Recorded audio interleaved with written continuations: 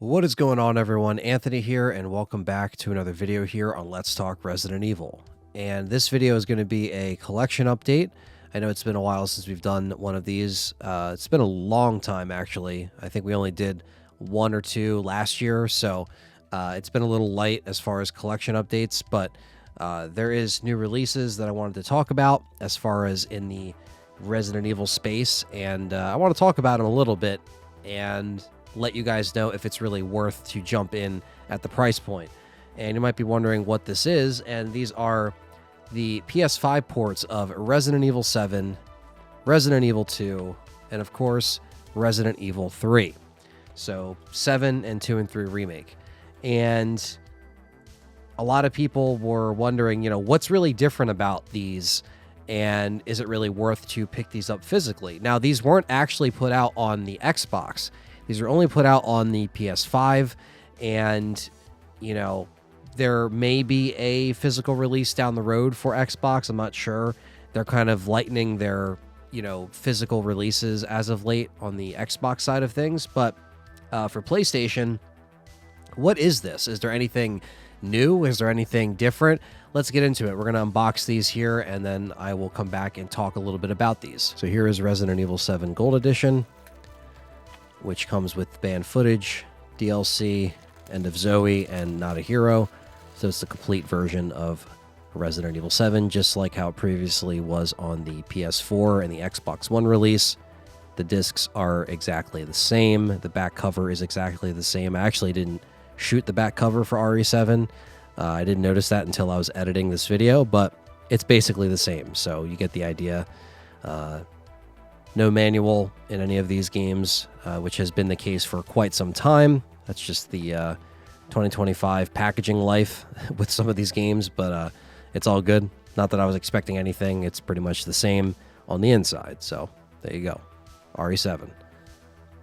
Next up, we have Resident Evil 2 Remake. Same exact cover as the PS4 and the Xbox One editions, not including the deluxe covers, which had the individual characters on it, depending on which side you flip the cover inside. So this is just the original cover, which is a really cool piece of artwork, I think. I love the shot of Leon and Claire together on the front. Very cool, with Raccoon City underneath. Such a great piece of art right there.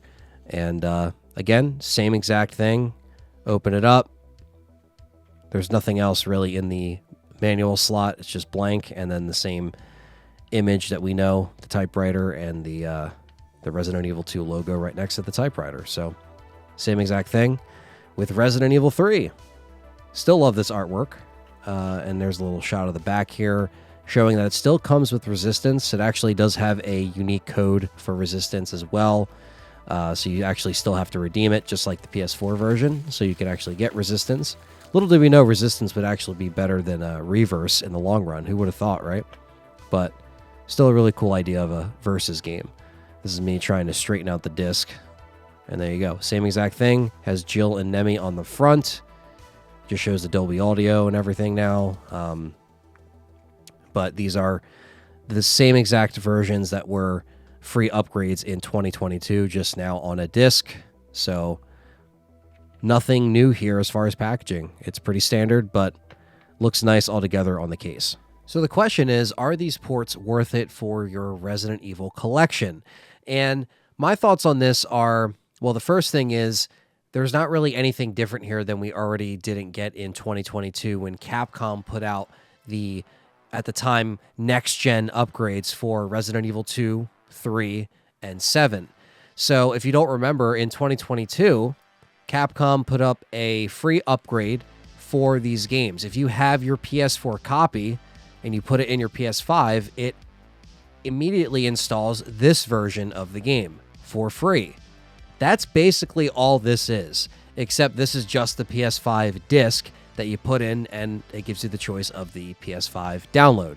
So if you already have Resident Evil 3 on PS4, Resident Evil 2 on PS4, and Resident Evil 7 Gold Edition, you essentially already own these already. The upgrades are free. Capcom didn't charge it. Same thing with on the Xbox. If you play Resident Evil 2 Remake, 3 Remake, or 7, the 4K upgrades, the ray tracing options, all that stuff is immediately implemented into these upgraded versions. So depending on your TV, you can get those benefits, or it's super samples as well if you don't have, the updated latest and greatest TV for the frame rate. But, these are basically just physical versions of those upgraded editions, which it is cool to have on the shelf, I will say. Now, whether or not it's really worth $30 a piece, that's a little high in my opinion. So, if you're someone like me, I'm going to buy it no matter what. But at the same time, I think that if you are someone who's a little hesitant or you're not really sure what these have to offer, the front and the back are exactly the same, as you can see. The discs are exactly the same, and these versions technically can already be installed if you have a PS4 disc or even a PS4 digital download of these games. It automatically asks you if you want to upgrade to that version. So it's just one of those things where you want it for your collection just to have it. Awesome. That's kind of where I'm at with this. If this was on Xbox, all of these, I probably would have got them at some point, because I just like to own everything Resident Evil, as you guys know. So I'm not saying go out and, spend a bunch of money on these right away if you don't really feel like you need to, because there's really no purpose other than you want to physically have it. It is cool to see these with a PS5 logo on it, and it's cool just to have one disc you just put in, and that's the current version of that game.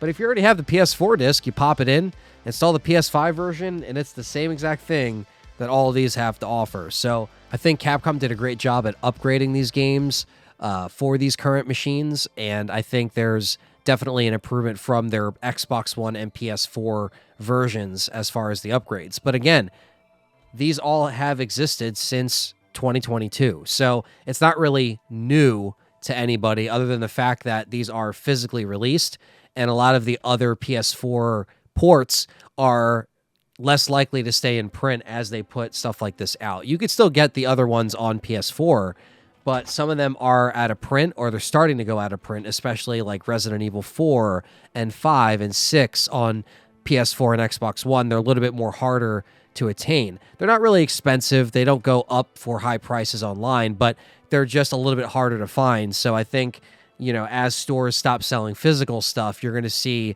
more and more of that stuff only being able to be purchased online. And to my knowledge, these weren't really shipped out to many stores, any Best Buys or GameStops. A lot of them were just ordered online. So I got mine from Amazon. So there you go. So I pre-ordered these months ago, and there is a couple more things that I want to get from Play Asia specifically. You might already know what I'm talking about, that I want to add into my PS5 collection as well. But it's good to have these on the shelf, so let's put them in the shelf and add them to our collection. And here we are. We're going to put them right next to all my PlayStation copies. I kind of organize them by console on my shelf. I know other people might have it organized a different way, but that's just how I've done it. Thank you so much for watching this Resident Evil collection update. It's crazy that I've been doing collection updates on this channel for 15 years this month, which is absolutely insane.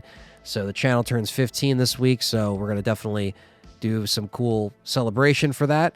But thank you guys so much for watching. Don't forget to smash that like button, subscribe, and stay tuned for more Let's Talk Resident Evil.